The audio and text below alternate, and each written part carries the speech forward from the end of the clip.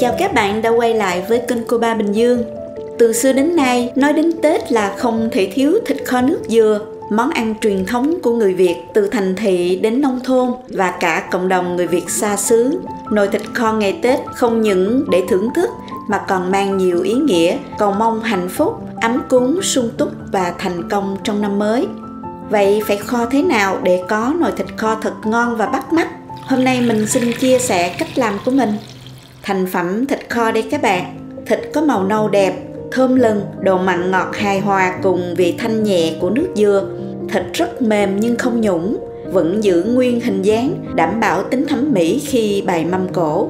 Nhớ bấm đăng ký và biểu tượng cái chuông để nhận video mới của mình sớm nhất nhé. Nào mình cùng nhau vào bếp nha các bạn. Phần nguyên liệu mình có ghi rõ trên bảng, các bạn nhớ tham khảo nha. Khâu chọn thịt rất quan trọng đó.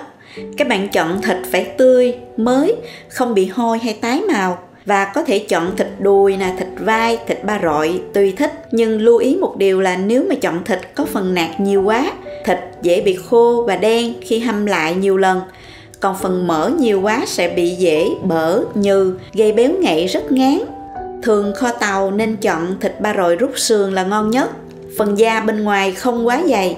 Phần mỡ và thịt xen kẽ nhau giúp thịt có độ béo vừa phải và giữ cho phần nạc mềm, không khô. Khi kho nhìn cũng đẹp mắt hơn nữa.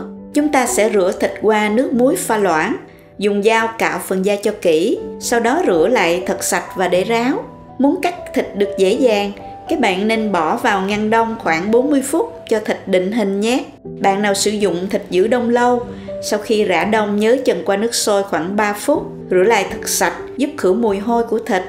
Bây giờ mình sẽ cắt thịt ra nha, tùy theo khổ thịt lớn hay nhỏ mà các bạn cắt nhé.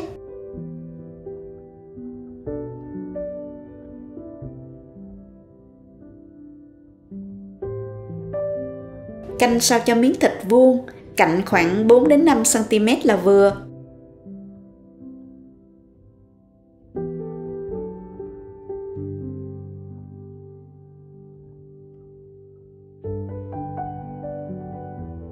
Vì khối thịt cắt lớn nên phần thịt nào giữa nạc và mỡ nó dễ rời ra.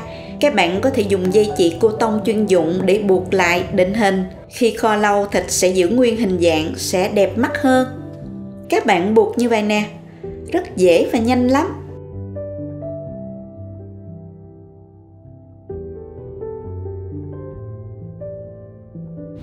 Trước khi ướp thịt, mình sẽ sơ chế phần hành tỏi ớt nhé.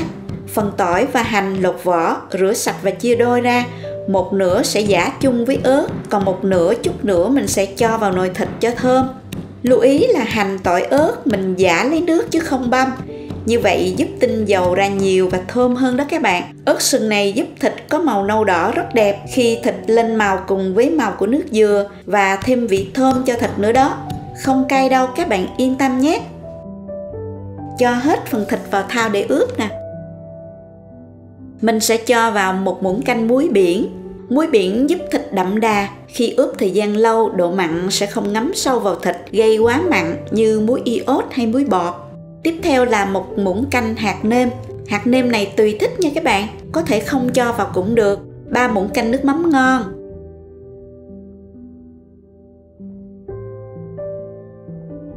2 muỗng canh đường. Vắt hết lấy nước hành tỏi ớt cho vào ướp luôn, khoảng 3 muỗng canh đó. Phần xác bỏ đi, đừng có cho vào nha, nước kho sẽ bị sánh không ngon. Các bạn có thể cho thêm 1 muỗng canh nước màu đường tùy thích để màu thịt đẹp ngay sau khi nấu. Thịt kho bằng nước dừa cũng sẽ tự lên màu sau khi hâm lại, nhưng nếu chỉ nước dừa thôi, khi mới kho xong thịt có màu khá nhạt.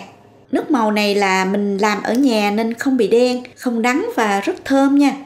Cuối cùng là 1 muỗng canh nước cốt chanh. Chanh giúp phần mỡ trong và thịt nhanh mềm khi kho. Nhưng không cho nhiều quá sẽ tác dụng ngược lại là thịt bị cứng đấy. Nên các bạn lưu ý nhé. Dùng ráp bọc lại và chờ ít nhất là 1 tiếng cho thịt đủ thấm nha. Các bạn có thể phơi thịt ngoài nắng 1 giờ cũng giúp cho phần mỡ trong hơn. Và đây thịt đã ướp sau 1 giờ rồi. Mình sẽ áp chảo trước khi kho để thịt được săn và thơm hơn. Ninh dùng chảo chống dính sẽ dễ làm hơn đó các bạn.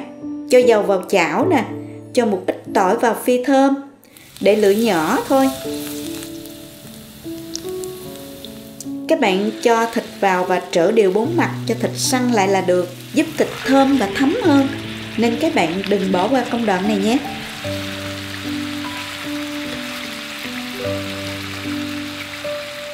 Xong rồi vớt ra và xếp thịt vào nồi. Bây giờ mình sẽ cho nước dừa vào và kho thôi. Lưu ý chọn dừa kho, phải chọn dừa già một chút. Phần cơm hơi cứng thì nước bên trong sẽ ngọt. Nếu dừa non quá nước sẽ bị chua đấy, làm nồi thịt kho bị mất ngon luôn. Các bạn nên chọn dừa xiêm là ngon nhất. Bạn nào không có nước dừa thì kho bằng nước lọc vẫn ngon. Bạn nào cần tham khảo bấm vào link bên dưới phần mô tả để xem clip hướng dẫn thịt kho không nước dừa nhé. Bây giờ cho nước dừa vào ngập thịt nè. Mình cho vào 1 lít 2 nước dừa. Bạn nào sử dụng nước dừa đóng lon thì nhớ bớt lượng lại nha, vì nó rất ngọt. Cho thêm 200ml nước lọc và nước úp thịt các bạn cho vào luôn. Tổng cộng là 1,5 lít nước á các bạn. Mở lửa lớn cho thịt sôi đều. Xong rồi hạ lửa nhỏ và hớt bọt để nước thịt được trong các bạn nhé. Số hành tỏi còn lại á, các bạn cho vào túi vải hoặc lưới lọc. Nhớ giã hơi dập một chút cho thơm. Thả vào ninh chung với thịt, giúp nước thịt thơm ngon hơn. Các bạn có thể thay thế bằng hành tây cũng được nha. Và ninh với lửa nhỏ vừa cho thịt sôi đều. Nhớ thăm chừng và hớt bọt, trở thịt trong quá trình ninh thịt nha các bạn. Sau 30 phút các bạn hạ lửa nhỏ cho thịt sôi riu riu nha. Đừng để lửa lớn quá, nước kho sẽ bị đục và thịt chưa kịp mềm đã chuyển màu đậm thì không được đâu nha. Bây giờ mình sẽ nêm thêm vào 5 muỗng canh nước mắm, khoảng 70ml đó các bạn. Lưu ý chọn loại nước mắm ngon cho nồi thịt kho được tròn vị nha. Nếu mà nước mắm dở hoặc để lâu quá bị khẳng mùi sẽ làm thịt bị chát, nồi thịt cũng mất ngon thì đáng tiếc lắm. Xong rồi ninh thử lại và nêm cho hợp khẩu vị gia đình. Người miền Tây thì thích ngọt, miền Trung thích mặn hơn một chút, nên cứ theo khẩu vị mà gia giảm cho phù hợp các bạn nhé. Nồi thịt của mình đã nấu được 1 tiếng 10 phút rồi đây. Thịt bây giờ cũng đã mềm và chuyển màu nâu đỏ rất đẹp. Hành tỏi đã ra nước thơm, mình vớt lưới lọc bỏ ra luôn nha. Bây giờ hạ lửa thật nhỏ để ninh thịt thêm 30 phút nữa cho thịt thiệt là mềm nha.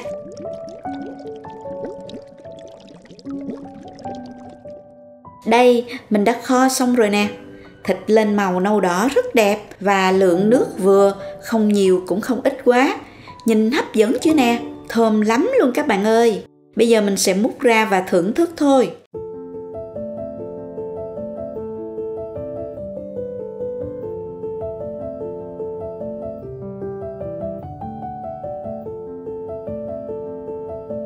Thịt mềm nhưng không nhũn, phần mỡ trong nè, phần nạc mềm không khô, vị mặn ngọt vừa phải, hòa cùng vị béo béo của mỡ.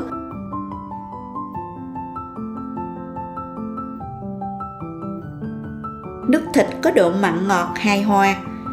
Mình vẫn nghe rõ vị của nước dừa tươi, thanh nhẹ và rất thơm khi được ninh tới cùng với thịt và gia vị. Mình có cách bảo quản thịt kho đơn giản mà hiệu quả lắm, phù hợp với cuộc sống hiện đại hơn.